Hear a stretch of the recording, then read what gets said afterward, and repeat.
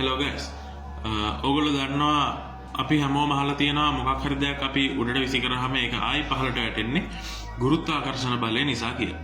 පෘථිවියෙන් දේවල් තමා දෙසට ඇද ගන්න බලය නිසා කියලා. අපි මුළු ජීවිත කාලයම පෘථිවියේ ඉන්න හින්දා ජීවිත කාලෙම ගුරුත්වාකර්ෂණය අත්විඳින්න තමයි එහෙනම් ඉන්නේ.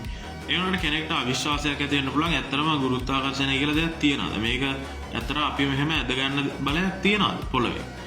මොකද අපිට මේක අල්ලන්න බෑ මැටීරියලිස්ටික් දෙයක් නෙමෙයි. ඒ ගැන අපිට උත්තරයක් ගන්න පුළුවන් අපි ගුරුත්වාකර්ෂණය නැහැ කියලා සම්බන්ධ තැනකට ගියා. ඒ කියන්නේ අභ්‍යවකාශය. ඔයගොල්ලෝ දන්නවද අභ්‍යවකාශයේදී ඇස්ට්‍රොනොට් කෙනෙක්ගේ ගගනගාමියෙක්ගේ උස 103කින් ඉහළ යනවා. ඒක වෙන්නේ මෙහෙමයි. අපි පෘථිවියේ ඉන්නකොට ගුරුත්වාකර්ෂණය කියන බලය නිසා අපේ කොඳුයට පෙළී පුරුක් අතර දුර ටිකක් අඩු වෙලා තමයි තියෙන්නේ. ඒ කියන්නේ අර සෙග්මන්ට්ස් ඒවා පහලට තෙරපිලා තියෙන්නේ. නමුත් අභ්‍යවකාශයට ගියාම ඔය තෙරපිච්ච ඒවා හිල් වෙන්න ගන්නවා. ඉතින් ගුරුත්වාකර්ෂණ බලය නැති නිසා 100ට එහෙම හිල් වෙනකොට තමයි අර 103ක උස වැඩිවීමක් වෙන්නේ. ඉතින් ඒකෙන් අපිට අයිඩියා එකක් ගන්න පුළුවන් ගුරුත්වාකර්ෂණ බලය ගැන.